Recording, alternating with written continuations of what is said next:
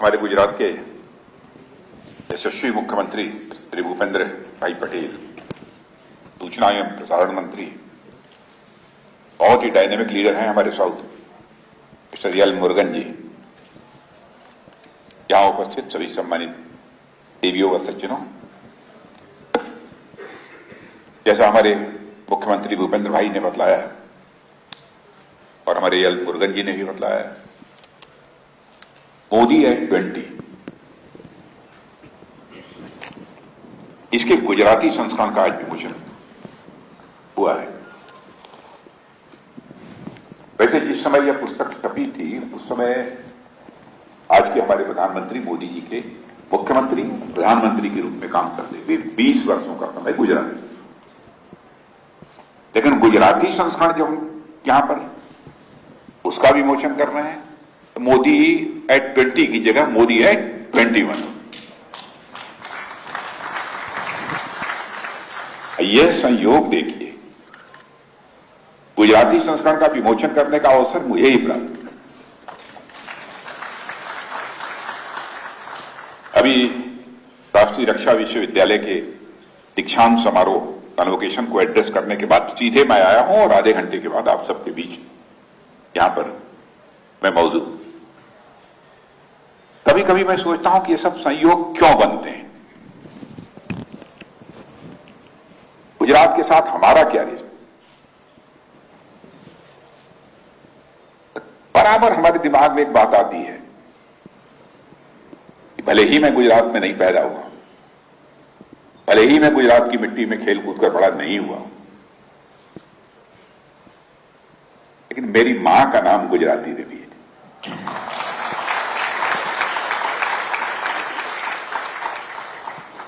शायद इसीलिए ये संयोग मानता हूं। ईश्वर की लीला अद्भुत है, कुछ कहा नहीं जा सकता। और मैं यह भी कहना चाहूंगा कि मोदी जी के बारे में जो कुछ भी मैं कहूंगा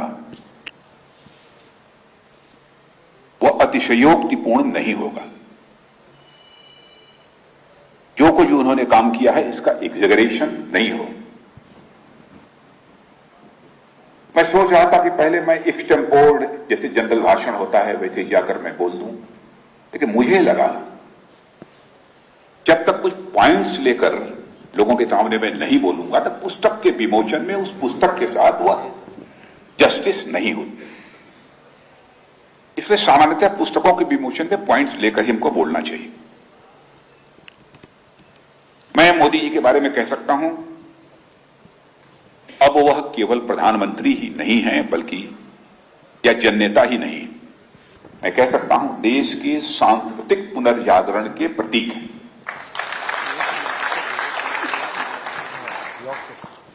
और मैं यह भी कहना चाहता हूं जहां पर वह सांस्कृतिक पुनर्जागरण के प्रतीक हैं वहीं पर एक बड़े समाज सुधारक के रूप में भी उनकी छवि निखर कर जन सामान्य के सामने आई।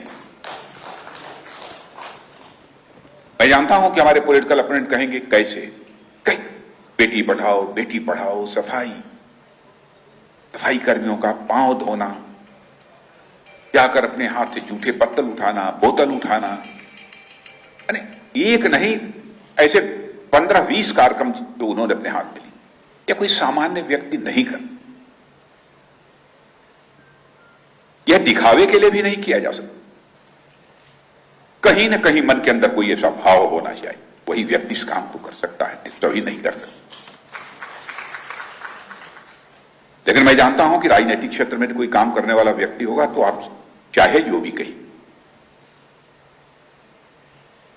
लोगों को लगता है कि भाई अभी तो उसी पार्टी के हैं, प्रधानमंत्री हैं, इसलिए यह बातें बोल। बहन भाइयों, सामान्यतः मेरे स्वभाव पर आप जानते होंगे तो मैं ऐसा नहीं करता हूं। जो सच है वही बोलता हूं, जो सच है वही बोलता हूं। वर्तमान को सुधार कर वे, अब मैं इस नतीजे पर पहुंचा कि वर्तमान को सुधार कर अब वे अगले कई दशकों के लिए देश की दिशा को बदलने का काम कर, आगामी कई दशकों के लिए देश की दिशा को बदलने का काम कर। आप ये कहेंगे कि ये कैसे? अभी गुजराती में जब हमारे बोल रहे थे हमारे मुख्यमंत्री भूपेंद्र जी पटेल, उन्होंने इंटरनेशनल मॉनिटरी फंड की डायरेक्टर जनरल का एक स्टेटमेंट, उसकी चर्चा उन्होंने की, क्रिस्टलीना जॉर्जिवा। क्या कहा है उन्होंने? Indian deserves to be a bright spot due to its part growing economy and structural reform. International monetary fund की डीजी का यह बोलना कोई सामान्य बात नहीं है। चारों तरफ अर्थव्यवस्था को लेकर अंधियारा हुआ छाया हुआ है।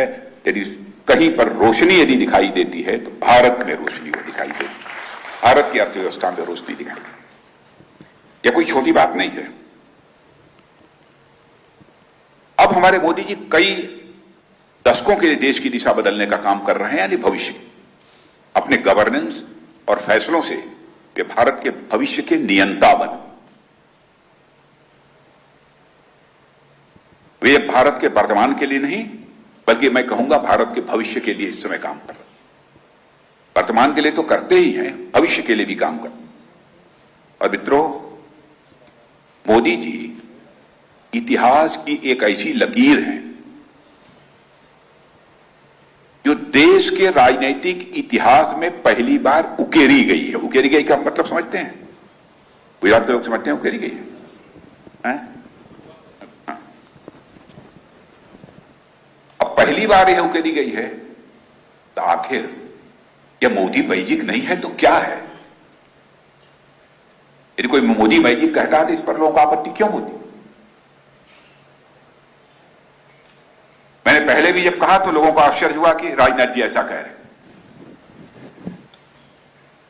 मैं बोल चुका हूं और मैं फिर कह रहा हूं, दोहराना चाहता हूं, इस देश की नब्ज को पहचानने वाला और जनता से सीधा संवाद करने वाला महात्मा गांधी के बाद यदि कोई दूसरा नेता है तो उसका नाम है श्री नरेंद्र भाई मोदी। तुलना नहीं है। मैं जानता हूं जिनको इसमें कुछ निकालना होगा वो कहेंगे तुलना करें, तुलना नहीं है।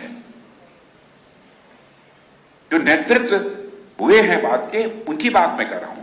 जनता के नब्ज को, जनता के मूड को पहचानना, जनता की नीड्स, जनता की आवश्यकताओं को पहचानना, एक सूक्ष्म दृष्टि जो उसके लिए होनी चाहिए, वह यदि किसी के पास है तो नरेंद्र मोदी जी के पास है। इसलिए बनी है बात।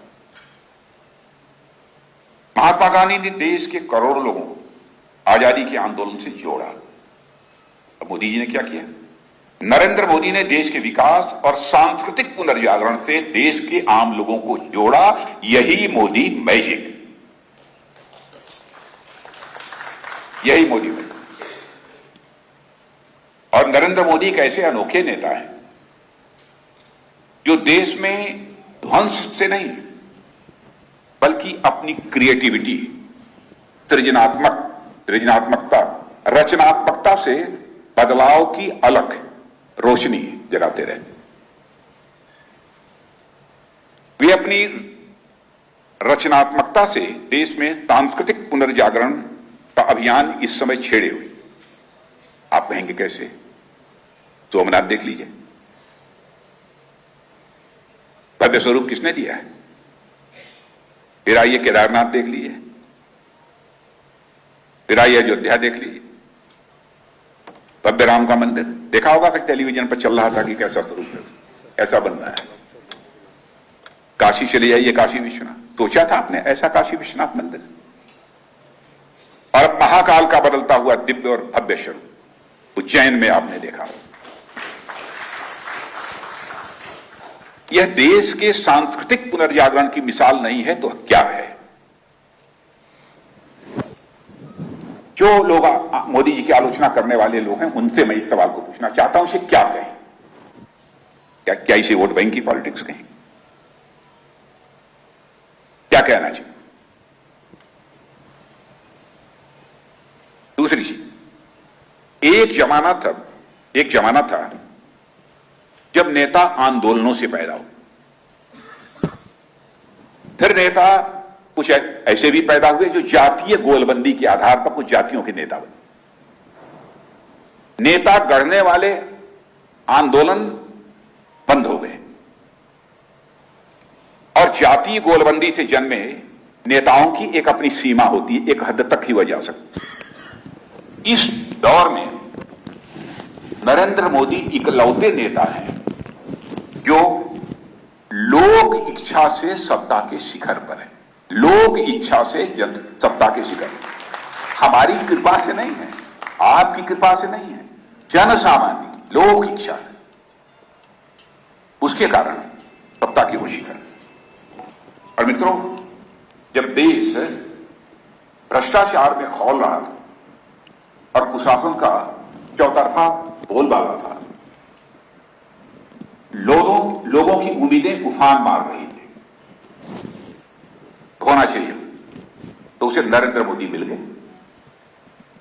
होना चाहिए कुछ, भ्रष्टाचार बढ़ रहा है, मिल गए मोदी। वह किसी आंदोलन से नहीं आए। आंदोलन नकारात्मक भाव ध्वनित करता है। मोदी जी जन उम्मीदों के शिखर पर लोक इच्छा से पहुंचे, और यह लोक इच्छा भी ईश्वरीय कृपा है। इस पर भी कोई डिबेट करना चाहे, लोक इच्छा यही ईश्वरीय कृपा है, सबको नहीं मिलती। अनावश्यक कुछ लोग परेशान रहते हैं, परेशान नहीं रहना चाहिए, सबको नहीं मिलती। ऐसे जनाधार वाले सदियों में पैदा होते हैं मेरे बहनों भाइयों, सदियों में पैदा होते हैं ऐसे जनाधार, जिनकी लोक स्वीकृति तक्ष से नॉर्थ ईस्ट तक, लद्दाख से कन्याकुमारी तक एक जैसी। मैंने तो प्रत्यक्ष अपनी आंखों से देखा है, और मैं तो तब की बात बतला रहा हूं जब उस समय भी मुझे आश्चर्य हुआ, जब वो प्रधानमंत्री के कैंडिडेट के रूप में प्रोजेक्ट हुए थे जनता के सामने, उस समय भी उनके साथ मुझे आने जाने का मौका मिला है, बाद में भी आने जाने का। अद्भुत जनता का इसमें,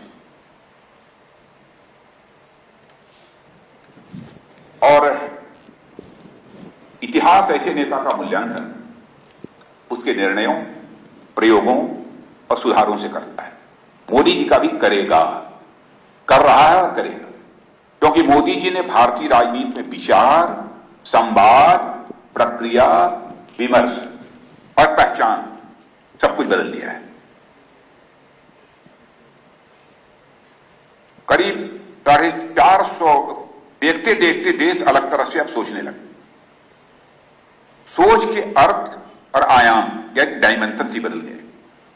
ऐसा क्यों और कैसे हुआ, इसकी कुंजी यदि आपको कहीं ढूंढनी है तो इस किताब को पढ़िए, उसको कुंजी आपको इस किताब में मिल जाएगी, जिसका आज मैं लोकार्पण करने के लिए यहां पर आया।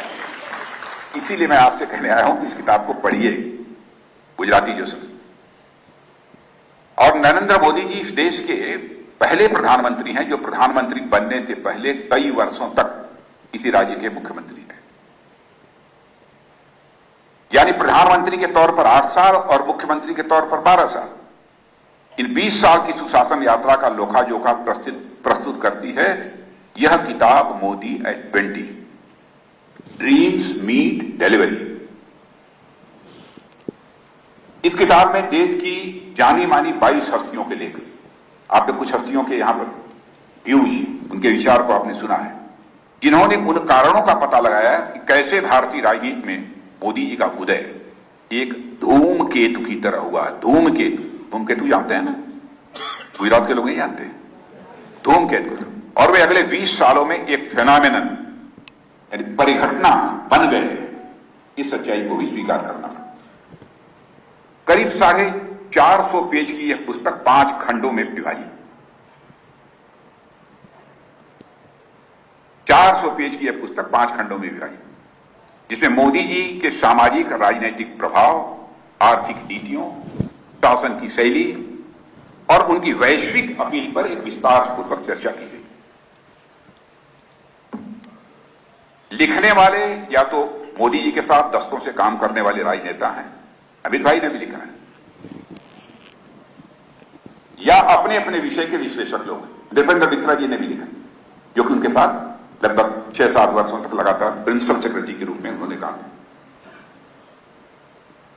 अब मैं नाम नहीं लेना चाहता किन किन लोगों ने लिखा है, क्योंकि आपने वीडियो में देखे। मोदी जी की इस यात्रा के पीछे की तपस्या और उनके फैसलों की बुनियाद, यह यदि आपको समझनी है, यह बताने का काम यह पुस्तक करेगी, मोदी एट 20। एबी शेट्टी जैसे डोमेन विशेषज्ञ आपने देखा होगा इसी वीडियो में, जो बताते हैं कि कोविड महामारी से निपटने का उनका तरीका क्या था। नंदन नीलकेणी हैं जो इस रहस्य से पर्दा उठाते हैं कि चुनौतियों से निपटने के लिए कैसे उन्होंने टेक्नोलॉजी का इस्तेमाल किया। तो यहां मुख्यमंत्री से तब भी टेक्नोलॉजी का ज्यादा प्रयोग करते हैं। लोक कल्याण की उन दृष्टि वास्तविकता के धरातल पर कैसे उतरती है, नृपेंद्र मिश्रा जी इस पर रोशनी डालते हैं। मोदी जी की असाधारण क्षमता पर सुधा मूर्ति जी, अंतर्राष्ट्रीय मुद्रा कोष के कार्यपालक निदेशक सुरजीत भल्ला, ओलंपिक विजेता बैडमिंटन खिलाड़ी पीवी सिंधु, अर्थशास्त्री अरविंद पनगड़िया, अभिनेता अनुपम खेर, धर्मगुरु जगतगुरु जबकि वासुदेव जी महाराज आदि ने शासन चलाने की मोदी जी की दैवीय क्षमता का आकलन किया है। किताब की भूमिका स्वर कोकिला लता मंगेशकर ने ली। किताब पढ़ने से पता चलता है कि मोदी जी कैसे अपने आइडिया ऑफ इंडिया को आकार दे। हो सकता है कि टर्मिनोलॉजी कुछ अलग हो। आइडिया ऑफ इंडिया को कैसे वो आकार दे रहे हैं, यह पुस्तक को पढ़ने से समझ में आती। और यह किताब मोदी जी के विजन को डिकोड कर और यह समझने में मदद करती है कि कैसे देश के लोगों के लिए बड़े सपने देखने का उनमें साहस, सपने देखने का मित्रों साहस भी चाहिए। रात में सोए सोए जो सपने आ जाते हैं ना, वो पूरे नहीं होते। तो समझकर भी सपने देखे जाते हैं, और सपने देखने का भी साहस होना चाहिए, करेज होना चाहिए। रणनीति और कूटनीति में भी उन्हें महारत। कई बार कई मोर्चों पर विजय हासिल करने के लिए, फतह करने के लिए रणनीति की भी आवश्यकता होती है, कूटनीति की भी आवश्यकता होती है। ये तो मर्यादा पुरुषोत्तम भगवान राम ने भी देखा होगा, ताकत पड़ी है।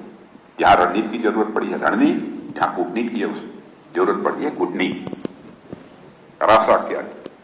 राजनेता आमतौर पर लोगों की बड़े लक्ष्य की तरफ देखने के लिए प्रेरित कर, ऐसे लक्ष्यों में आश्वासन ज्यादा और विश्वास कम। मोदी जी का आश्वासन उम्मीद और विश्वास के एक सूत्र पर केंद्रित है, जहां से प्रतिध्वनित होता है। फिर से ध्यान से सुनिए, मोदी जी का आश्वासन उम्मीद और विश्वास के एक सूत्र पर केंद्रित है, जहां से प्रतिध्वनित होता है, मोदी है तो मुमकिन। यह महज नारा नहीं है, अब देश के अवाम को भी लगने लगा है कि वह जो कहता है, उसके जो सपने हैं वो पूरे हुए हैं, अब पूरे होकर रहे हैं। भाईचारा और सहअस्तित्व, भाईचारा और सहअस्तित्व भारतीय चिंतन के पुराने तत्व रहे। मोदी जी ने विदेशों के साथ जो भरोसे का रिश्ता बनाया है, उससे समूची दुनिया महामारी और युद्ध के वक्त भारत को देख रही। मित्रों, विदेशों में अंतर्राष्ट्रीय मंचों मैं आपके संज्ञान में लाना चाहता हूं, आप सब दिग्गज लोग यहां पर बैठे हैं, जानते होंगे। कौन नहीं सच्चाई को स्वीकार करेगा कि मोदी जी के प्रधानमंत्री बनने के बाद अंतर्राष्ट्रीय जगत में भारत की प्रतिष्ठा बढ़ी है। पहले अंतर्राष्ट्रीय मंचों पर भारत कुछ बोलता था तो लोग भारत की बातों को गंभीरता पूर्वक नहीं लेते, भारत बोल रहा है। लेकिन आज भारत यदि अंतर्राष्ट्रीय मंचों पर बोलता है तो लोग कान खोलकर सुनते हैं कि भारत बोल क्या रहा है। यह भारत की प्रतिष्ठा, यह भारत की हैसियत है। भाईचारा और सह अस्तित्व भारतीय चिंतन के पुराने तत्व। मोदी जी ने विदेशों के साथ जो भरोसे का रिश्ता बनाया, उससे समूची दुनिया महामारी और युद्ध के वक्त भारत को ओर दी। अब उसके विस्तार में नहीं जाना चाहता। कोविड के दौरान क्या काम किया, लगभग 100 देशों को किस तरीके से मदद मुहैया करें। यहां वैक्सीन बनती नहीं, वैक्सीन बनाना ही नहीं शुरू किया, बल्कि दुनिया के 100 देशों को वैक्सीन की मदद पहुंचाई है। भविष्य में चाहे कितनी बड़ी क्राइसिस पैदा हो जाए, ऑक्सीजन की सिलेंडर की कमी नहीं पड़ने वाली है मेरे बहनों। मोदी जी के करिश्माई नेतृत्व ने उसे निराश नहीं किया। राष्ट्रीय सुरक्षा को प्रमुखता देते हुए उन्होंने अपने वैश्विक भूमिका निभाई। नेशन फर्स्ट की भावना के साथ उन्होंने देश की सीमाओं और सैनिकों के साथ भी कभी कोई समझौता नहीं की। यह बात मैं कह रहा हूं कि देश का रक्षा मंत्री होने के नाते कह रहा हूं, जो हकीकत जानता हूं उसमें मैं कह रहा हूं। अपने प्रशासनिक कौशल से उन्हें संकट और चुनौतियों से कैसे मुकाबला किया, यह किताब इसका भी रहस्य खोली। प्रधानमंत्री के पहले कार्यकाल में एक परीक्षा की घड़ी उनके सामने आई। लद्दाख बॉर्डर पर चूमर में चीन की पीपल्स लिबरेशन आर्मी के जवान भारतीय सीमा में घुस गए। भारत की जमीन पर बन रही सड़क का काम रोक दिया। यह प्राय होता भी रहता है, पहले भी चलता, और 1500 भारतीय थे, उनको थोड़ी देर के लिए रोक दिया। अब विवाद बातचीत चलती रही 16 दिनों तक। उसी महीने चीन के राष्ट्रपति आए हुए थे, शी जिनपिंग भारत। अहमदाबाद में राष्ट्रपति के साथ उनकी एक इनफॉर्मल अनौपचारिक बातचीत में प्रधानमंत्री नरेंद्र मोदी से शी जिनपिंग को समझाया और बिना शर्त जो हमारे मजदूरों को रोक रखा था उनको शी जिनपिंग को छोड़ने की आग्रह उन्होंने की। शी जिनपिंग राजी हो गए। अब आप कहेंगे कौन सी बड़ी बात, आए थे, कहा राजी हो। बहनों भाइयों, समझौते कभी अपने से कमजोर लोगों के साथ नहीं होते। कोई अपने कमजोर लोगों के साथ समझौता नहीं करता है। समझौते अपने बराबर वालों से होते। बात भी सुनी जाती है तो अपने बराबर वालों की बात सुनी जाती है, कमजोर की कोई बात नहीं सुनती। अब इससे अनुमान लगा लीजिए। इस मामले में मोदी केवल एक राजनयिक संबंधों पर नहीं वह निर्भर नहीं थे, वे चीनी राष्ट्रपति के दौरे पर उनके सामने इस मुद्दे पर दृढ़ता से पेश है। अपने इसी सांगठनिक कौशल से उन्होंने भाषाई और क्षेत्रीय राजनीतिक दौर में अपनी राष्ट्रव्यापी छवि बनाई। आजादी के बाद इस देश में प्रधानमंत्रियों की पहचान भी उत्तर दक्षिण के खांचों में बांट करो। ये उत्तर है, ये दक्षिण। आजादी के पहले तो आपको समस्त फलक पर राष्ट्रीय नेता मिलेंगे, पर नेहरू के बाद क्षेत्रीय पहचाने चमक उठी। अटल बिहारी वाजपेयी जी राष्ट्रीय नेता, नरेंद्र मोदी के आने से पहले तक यही क्षेत्रीय राजनीतिक पहचान भारतीय राजनीति की मुख्य धारा मानी, क्योंकि कांग्रेस के क्षरण के बाद ये भी खुश होकर आ गया। ये है, ये देखिए कहां से आवाज आ रही है, ये आकाशवाणी है। नरेंद्र मोदी के आने से पहले तक यही क्षेत्रीय राजनीतिक पहचान भारतीय राजनीतिक धारा की राजनीति की मुख्य धारा मानी जाती, क्योंकि कांग्रेस के क्षरण के बाद राजनीति की मुख्य धारा की नदी सूख गई। पिछले 3-4 दशक में भारत की जटिल क्षेत्रीय राजनीतिक अस्मिताएं किसी एक नेता में इस कदर घनीभूत हुई, यानी केंद्रित हुई, उसने मुख्य धारा को आत्मसात करने की कोशिश की।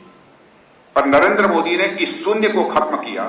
क्षेत्रीय भाषाई राजनीति की पेचीदा ढांचे को तोड़कर पूरे भारत की राजनीतिक सर्वानुमति के वह प्रतीक बने। और नॉर्थ ईस्ट की जितनी उम्मीदें हैं उतनी ही लद्दाख को, उतनी ही कच्छ को और उतनी ही ध्रुव दक्षिण को, यानी साउथ को भी मोदी जी से उतनी ही उम्मीदें हैं। ऐसा नहीं कि किसी एक क्षेत्र की कम हो, एक क्षेत्र की अधिक। नरेंद्र मोदी बहुत व्यवहारिक है। चुनावों की भारी जीत भी उन्हें प्रभावित नहीं है, क्योंकि मैं तो देख रहा हूं ना, देख रहा हूं। 2014 के लोकसभा चुनाव के बाद एक बार अमित शाह जी गए, राष्ट्रीय अध्यक्ष बन गए हमारे बाद, तो उसके बाद गए और बताया कि हम पार्टी का मेंबरशिप कैंपेन, सदस्यता अभियान प्रारंभ करने जाते। अब देखिए, अब ये प्रधानमंत्री बने हैं, महीना, 1.5 महीना, 2 महीना बाद, 1.5 महीना बाद मुश्किल गुजरा, वहां भी उनको सुझाव दे रहे हैं। सुझाव क्या दे रहे हैं? देखो भाई, पुराने तरीके से नहीं कर पाओ, नया तरीका अपनाओ। तो इन्होंने पूछा अमित भाई ने क्या रणनीति है, तो उन्होंने रणनीति पूछी। तो इसके बाद मिस्ड कॉल के आधार पर सदस्यता अभियान शुरू करने का उन्होंने एक नया आइडिया दे दिया कि मिस्ड कॉल के आधार पर। ये नई आइडिया, इसके पहले नहीं होता था। और उन्होंने हर मिस्ड कॉल को वेरीफाई करने को भी कहा। ऐसा नहीं है कि तो वेरिफिकेशन नहीं होना चाहिए, वेरीफाई करो ताकि फर्जी सदस्यता न। यह उनके सांगठनिक क्षमता की पहचान। भाजपा जनसंघ की विकास यात्रा में धारा 370 का समापन, आप जानते हैं कि ऐसा मुद्दा था, लंबे समय से चला रहा था। कोई ये कल्पना नहीं करता था कि ये कभी ये धारा 370 समाप्त हो पाएगी। लेकिन धारा 370 समाप्त हो गई। अब आज ये छिटपुट घटनाओं को छोड़कर जम्मू कश्मीर में आज कोई बहुत बड़ी वारदात नहीं होती, लेकिन कुछ घटनाएं हो रही हैं।